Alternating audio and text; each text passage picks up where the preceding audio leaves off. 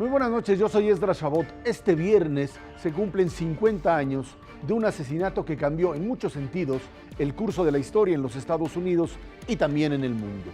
Ese día murió tiroteado en Dallas John F. Kennedy. Ese día comenzaron también innumerables conjeturas sobre un crimen que aún no está resuelto. Kennedy era el presidente más joven que había tenido Estados Unidos, el primero de origen católico, un presidente que había fracasado en Bahía de Cochinos, pero que había ganado la crisis de los misiles con Cuba, un presidente que había decidido salir de Vietnam en plena Guerra Fría y que combatía y coqueteaba al mismo tiempo con la mafia. Bienvenidos, soy Pablo Iriar. Han pasado 50 años, pero la investigación siempre inconclusa sobre la muerte de Kennedy tiene varios capítulos que transcurren también en México.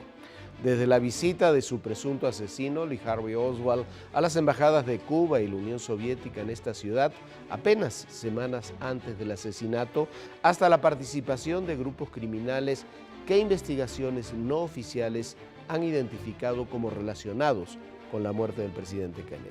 Soy Jorge Fernández Menéndez y esto es México Confidencial.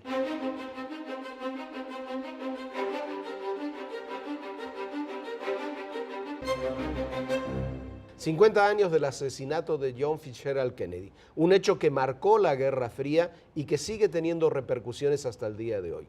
Un hecho que también tiene relación con el trabajo, la labor de los servicios secretos en Estados Unidos, en Cuba, en la Unión Soviética y también en México.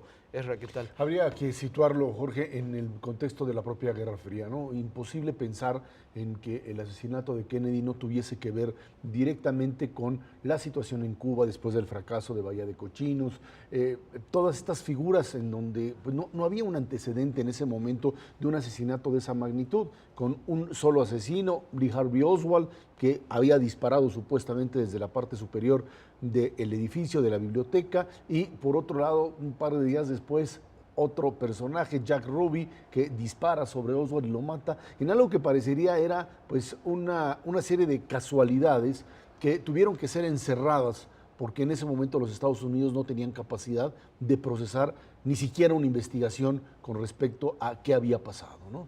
Y creo que ese fue uno de los puntos fundamentales que pues, convirtieron al caso Kennedy cada vez más en el caso de, pues, quién sabe qué pasó. Nadie tiene la idea, como sucede en muchos de estos magnicidios. Se van a desclasificar hasta 2017 los documentos secretos de la investigación o lo que sabe el gobierno de Estados Unidos sobre el caso Kennedy. De la investigación Warren, que fue un caso una investigación bastante mal hecha, no dejó satisfecho a nadie, pero en esta misma línea creo que Estados Unidos no estaba preparado para un presidente liberal, un presidente que quería desmontar parte al menos de la Guerra Fría, que quería retirarse de Vietnam.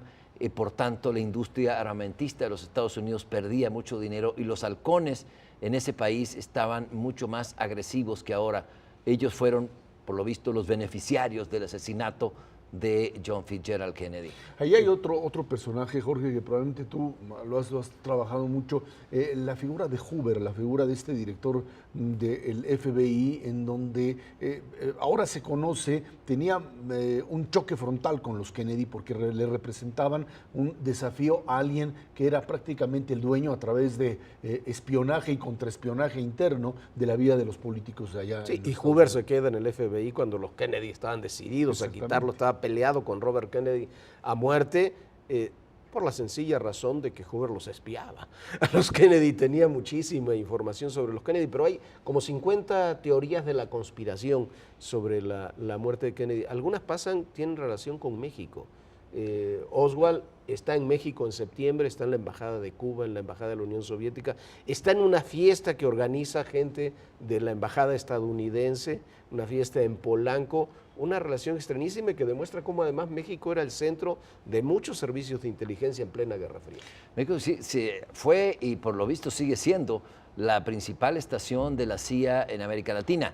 Yo no sé si ahora ha sido desplazado por Brasil, pero por aquí confluían, había una excelente relación con la Unión Soviética de parte de México, entonces esta se convertía en una estación muy especial para el espionaje de los Estados Unidos. Claro, y además habría que considerar que todo el asunto de Kennedy ya terminó convertido en Estados Unidos en una especie, en este colectivo imaginario de cada vez que hay algún cuestionamiento o alguien que aparece con una teoría rara, lo relacionan directamente con el asesinato de Kennedy.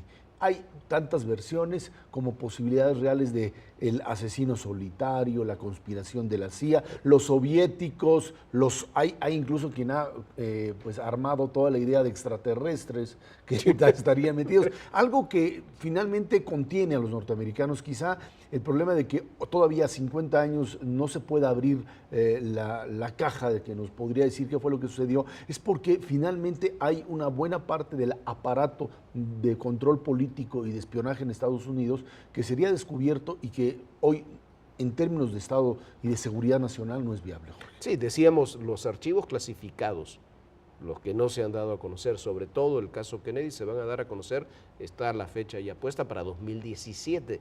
Imaginemos la cantidad de tiempo que tiene que pasar para comenzar a conocer investigaciones sobre un crimen que marcó a los Estados Unidos. En Estados Unidos, preguntar dónde estabas cuando mataron a Kennedy es una pregunta típica, pero además todo lo que estaba involucrado. Tú decías, hay todas las teorías de la conspiración, hay 50 clasificadas como teorías relativamente serias, entre comillas, hay por lo menos 50. Desde la mafia hasta los cubanos, la CIA, el FBI, los enemigos internos, el Pentágono. Pero quizás lo que refleja, Pablo, esto es algo de lo que decíamos, la Guerra Fría, el momento que se estaba viviendo, el personaje que era Kennedy, todo lo que giraba en torno a la familia Kennedy, que 5 años después se refleja nuevamente con la muerte del otro hermano de Robert. Con el asesinato. Yo creo que no hay que esperar mucho de los documentos que se van a desclasificar dentro de algunos años. Vamos a conocer algunas cosas, pero ahí no va a estar la verdad de quién mató a Kennedy. Ha pasado mucho tiempo, han podido borrarse muchas huellas y creo que lo único que queda para la historia es ver quiénes fueron los beneficiarios de este crimen. Y los beneficiarios fueron los halcones, los que estaban por la línea belicista, los que estaban por mantener la guerra de Vietnam, incrementarla, duró 10 años más. Y ahí hay un personaje oscuro en todo esto, además de Hoover, que fue quien asumió la presidencia, Lyndon B. Johnson, que fue quien intensificó la guerra de Vietnam a niveles de paroxismo, y paradójicamente luego fueron los republicanos quienes vinieron a parar la guerra de Vietnam una década después. Ahora, hay que considerar claramente que esta idea del clan Kennedy como parte de la política en los Estados Unidos está ligado a esta noción también de tragedia familiar, como se ha manejado el caso de los Kennedy, desde el caso de John, desde el propio Robert, luego el propio Ted Kennedy, con esta situación que se da en Chappaquiddick, en un puente, cuando está con la secretaria, y toda una situación de familias con problemas, una familia de mucha fuerza política, de fuerza económica, y que está inmersa verdaderamente en la tragedia. Un elemento muy importante dentro de lo que implica el contexto de la familia norteamericana, en este caso los Kennedy, como familia de poder, ¿no? Sí, y de familias que se suceden, porque se fueron los Kennedy, llegaron los Bush, ahí están los Clinton, que plantean más o menos una secuencia, pero quizás también a mí me llama la atención el caso Kennedy. Tú decías, no se va a saber en los documentos clasificados. La mayoría de los magnicidios no se sabe qué sucede. Ocurrió con Kennedy, ocurrió con Robert Kennedy, que iba a la carrera presidencial como favorito después de ganar las primarias de California. Nos ocurrió con Luis Donaldo Colosio, nos ocurrió con José Francisco Ruiz Massieu, ocurrió en Suecia con Olof Palme. Ocurrió con el Papa Juan Pablo II, con el archiduque de Austria. O sea, es muy difícil descubrir quién está detrás de un magnicidio o de un asesinato de esas características. Sí, por supuesto, son muchísimos los hilos que se mueven, y a veces puede ocurrir que también exista la idea de la conspiración del tipo loco solitario. Así es, del loco solitario. No se descarta. Quizá en el caso Kennedy el problema fundamental es cuando esta comisión Warren empieza a ser cuestionada con respecto al disparo que proviene de la biblioteca y en donde resulta que pues los disparos venían directamente, o hubo disparos que venían de frente del coche, y eso ya hace ver siempre la idea de un segundo tirador. Es el mismo caso con Colosio, te abre la idea de la conspiración. Uno solo, para armar la teoría de un solo hombre, tienes que desconectarlo de cualquier cosa. En el momento en que hay un segundo tirador o alguien más que tiene relación con él, inmediatamente la idea de la conspiración comienza a ser válida. Lo que sucede en el caso Kennedy con la idea de la conspiración es que es algo filmado, algo que ocurre delante de miles de personas, y donde las películas que van saliendo posteriormente, sobre todo la película Zapruder, demuestra que hay elementos que evidentemente la comisión Warren no pudo tomar, ¿no? El disparo ese que rebota en varias partes, que hiere a Kennedy y al gobernador Connelly al mismo tiempo, son lo que refuerza precisamente la teoría de la conspiración.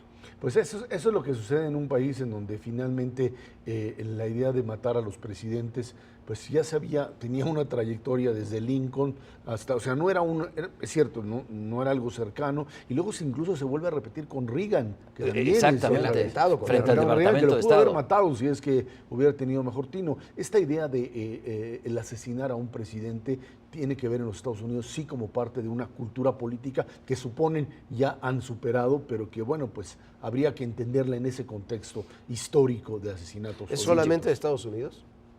Bueno, es una buena pregunta. Yo creo, insistiría en que aquí, por supuesto, que sí hubo una conjura, una conspiración para matar al presidente Kennedy. Es que después matan a su hermano. Si dudábamos que había un segundo tirador, sí hubo un segundo tirador, y ese fue, si no me equivoco, un terrorista jordano, Shirham Bishara Shirham, quien mató a Robert Kennedy en Los Ángeles. Y que tampoco ha dicho una palabra. Ruby, después de matar a Oswald, murió en la cárcel de un cáncer, sí. Nunca dijo una palabra. Y Shirham Bishara Shirham jamás ha dicho por qué ha matado a Robert Kennedy. Ahora, quizá la parte fundamental que hay que entender en estos asesinatos y que no se puede hacer a un lado es la de los cuerpos de seguridad del presidente, o sea, los aparatos de seguridad, el servicio secreto, por supuesto, lo que acompaña a los presidentes y que termina siendo responsable o corresponsable. No es posible que estos aparatos que cuidan, aquí se llama Estado Mayor, etcétera, sean el servicio secreto. El servicio secreto, sean instancias que no sepan o no estén involucradas en un asesinato de esta naturaleza. Una pregunta muy rápida. ¿Un servicio secreto, un Estado Mayor, puede evitar el asesinato si alguien está decidido a cometerlo?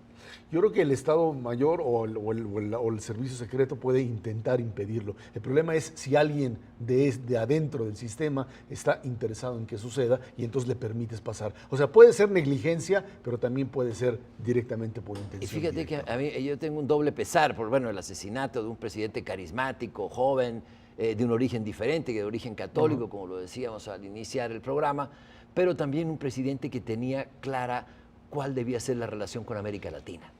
Él estableció la Alianza para el Progreso, que era aportar desarrollo económico a los países de América Latina, y luego esto tiene un cambio drástico con la llegada de Lyndon Johnson y de los republicanos, que fueron las dictaduras en América Latina, es decir, vamos a aplastar en lugar de promover el progreso.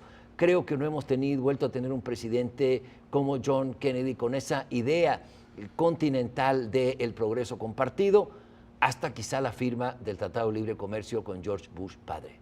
Sí, que fue con México. Sí. No con el resto de América Latina. Sí. Pero bueno, han pasado 50 años, obviamente no sabemos quién mató a John Fitzgerald Kennedy, pero México Confidencial ya nos vamos. Gracias, Pablo. Gracias Gracias a todos ustedes.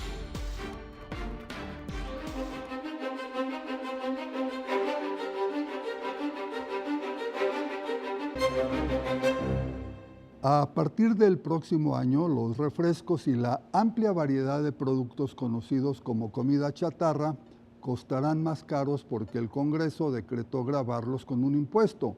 Se trata de bajar su consumo. Se dice que está conectado con la obesidad y algunas graves enfermedades. Las empresas fabricantes se defendieron hasta el último momento, pero el impuesto ya no tiene vuelta. Es urgente aligerar el costo que pesa sobre las familias y las instituciones de salud para atender a los enfermos. Hay un punto medio en el que consumidores el gobierno y los propios fabricantes podrían coincidir. ¿Por qué no reformular el contenido de calorías de sus productos? Algunas empresas ya están preparando el cambio, los mismos productos, las mismas marcas con las que están familiarizados los consumidores, pero que no hagan daño a su salud.